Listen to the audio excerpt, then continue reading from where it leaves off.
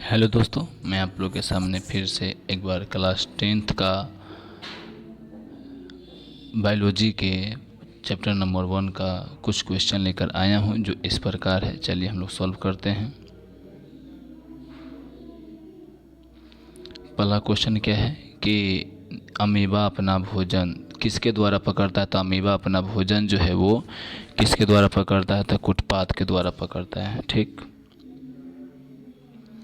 फिर उसके बाद क्या है कि दूसरा कि वसा का पाचन करता है। तो वसा का पाचन किसके द्वारा होता है, लाइपेज के द्वारा होता है।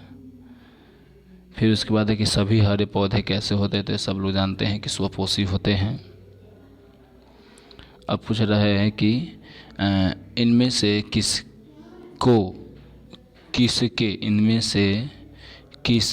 उपस्थिति यानी किसके होना चाहिए था, किसके उपस्थिति किसके उपस्थिति के कारण लाल रक्त होता दिखाई देता है। तो हीमोग्लोबिन के कारण। ठीक, फिर क्या होता है कि इनमें कौन अवशेषी अंग है। तो कौन अवशेषी अंग है दोस्तों, तो इसमें अवशेषी अंग अपेंडिक्स है जो कहाँ होता है, ये बड़ी आंत जो होती है, बड़ी आंत के यहाँ पे एक उंगली नुमा रचना होता है, वहीं पे क्या होता है, ये अपेंडिक्स होता है। इसीलिए क्या कहते हैं, इसको एक अवशेषी अंग कहते हैं। इसका कोई पाचन क्रिया में कोई काम नहीं होता है। पूछ रहा है अब उसके बाद कि स्टोमाटा के खुलने और बंद होने की क्रिया को नियंत्रित करता है। कौन करता है, तो द्वार कोशिका करता है। ठीक है, फिर उसके बाद क्या है कि इनमें से पूछ रहा है कि इनमें कौन वसा को वसा अम्ल तथा ग्लिसरॉल में बदल देता है। तो कौन करता है, तो लाइपेज क्या करता है कि ये लाइपेज क्या करता है कि वसा को तोड़कर वसा अम्ल से क्या करता है, ग्लिसरॉल में बदल देता है।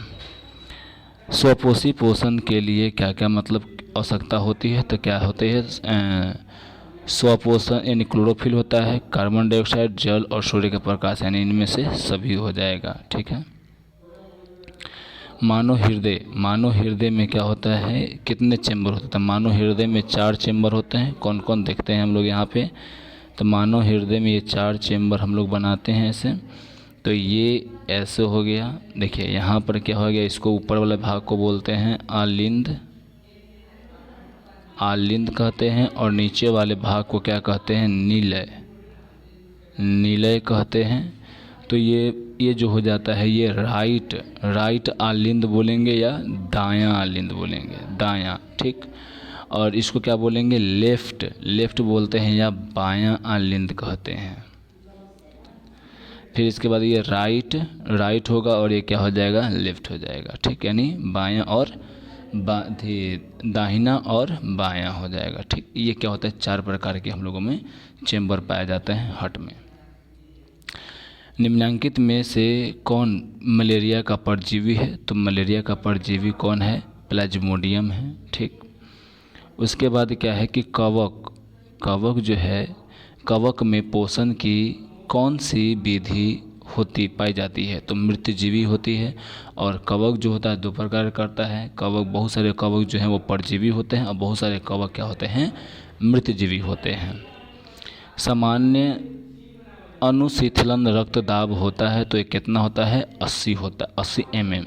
और संकोचन वाला कितना होता है, 120 होता है। इसलिए कहते हैं कि 120/80 mm क्या होता है, रक्त यानी बीपी होता है, ब्लड प्रेशर होता है।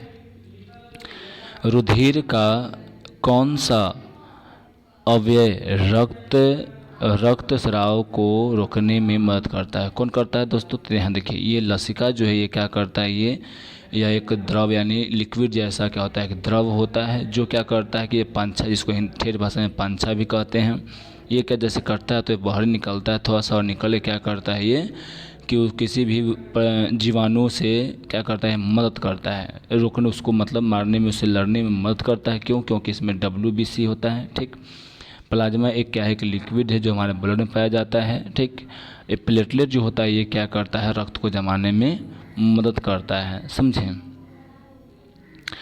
पित्त कहाँ से निकलता है। तो पित्त कहाँ से निकलता है दोस्तों, यकृत से निकलता है। और कहाँ जाकर संचित होता है, तो ये संचित जो होता है वो कहाँ होता है, पित्ताशय में होता है।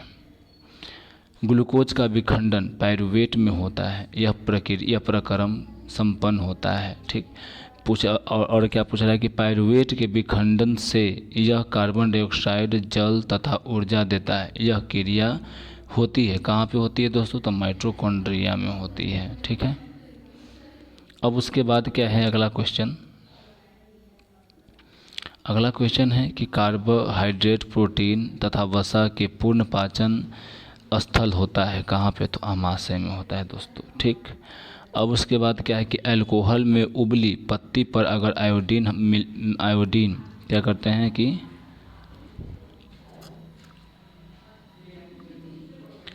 डालते हैं, यानी आयोडीन विलयन की कुछ बूंद अगर डालते हैं तो कैसा क्या होता है? गुलाबी बन जाता है। ठीक है, पादप में जाइलम उत्तरदायी है, तो किसके लिए उत्तरदायी है? तो जल संवहन के लिए उत्तरदायी है।